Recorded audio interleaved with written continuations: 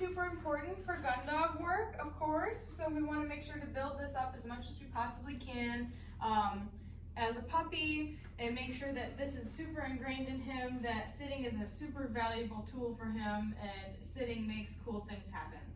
So first things first is we can capture this behavior. So anytime like this, that he's just sitting there in front of you, instead of maybe like jumping up and mugging you, or trying to get around on the counters, or trying to steal things, whatever. Anytime that I notice that he's just choosing to come up and sit in front of me, I'm going to reward that. And that's called capturing, so just like that. Anytime that he's just sitting in front of me. Another thing that I started to do,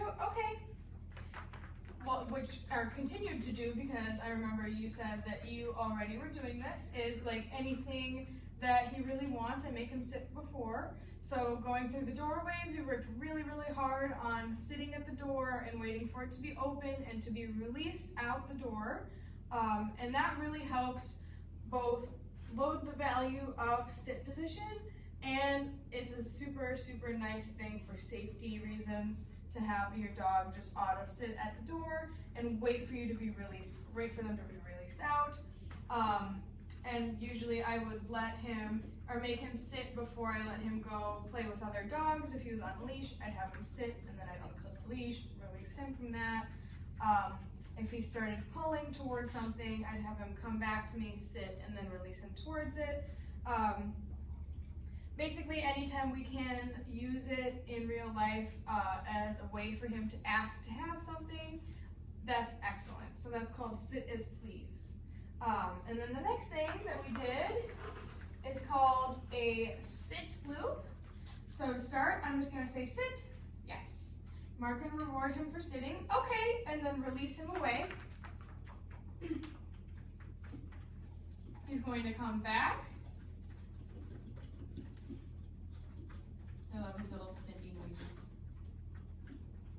He's going to make his way back to me eventually. And as soon as he does, I'll say sit, yes. And then I can reward him again, okay. I will release him. This we're working on actually sitting on the cue, and then the release word also, sit. And it's, yes, nice to just have a little loop, okay, that we can build on.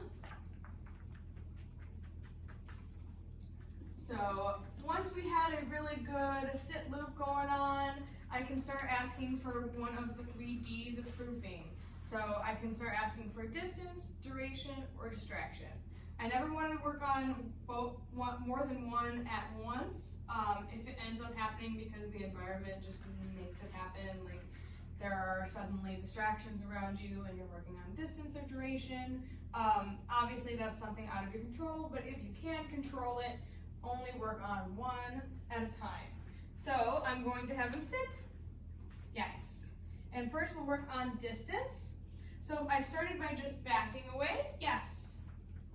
And I want to make sure to, okay, try and catch him before he even thinks about getting up. So I want to make sure that he knows that he is supposed to sit and stay there. And sit, yes, we don't like saying stay here. It's just a lot of work that, yes, is really unnecessary. Okay, so we work on implied sit stays. You can add the stay in there if you want, but sit, it's not super necessary, yes. So now I can turn around, yes, and walk away. And I want to make sure to keep an eye on him. Okay, if he seems like he's struggling at all, I want to make it easier for him so that we can really practice a lot of successes. Sit, yes. Yes. So that's distance, okay. Next we'll work on duration.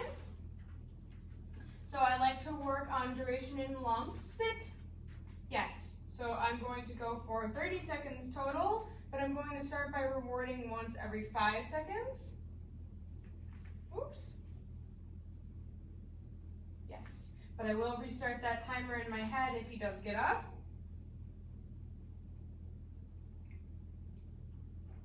Yes. Okay, and he does seem a little antsy right now, so I'm going to release him.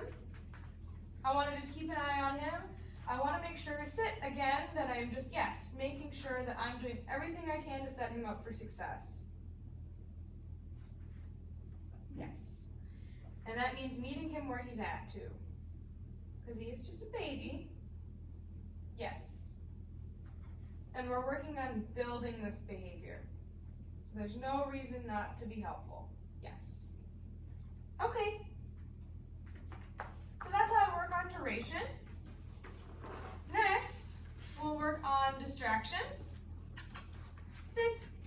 You can yourself, yes, be the distraction or have somebody else be a distraction. But you just start with, yes, simple stuff like stomping your feet. Okay. I don't mind if he moves his front feet so long as he keeps his butt planted. Uh-oh, did that one get lost too? Did you get it?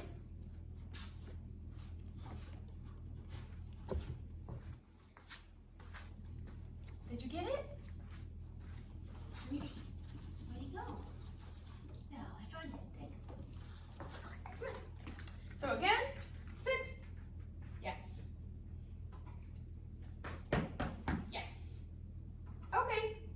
And I always want to release him right after I marked and rewarded him because I want to, again, not work on duration while I'm sit. Yes. Working on distraction. Oh, so close. Yes. Okay. So that one seems like it was a little bit of a struggle for him, so we'll try that one again. Sit. Yes. Yes. Okay. If he does end up getting up a little bit, I'm not saying no or anything. I'm just trying to help him with my body to get him to sit again and then trying again. Yes. Okay. And I'm just breaking it down into digestible pieces. Sit. Yes. Yes. Good boy. And that was a really good one. So I'm going to give him a couple. Okay. So those are the 3 Ds of proofing. And that's stuff that you can work on in your living room and then outside and then in more difficult environments also. He's been doing super good with that at ACE. And he's just been a good boy in general about sitting. Yeah, you have. You're good at sitting.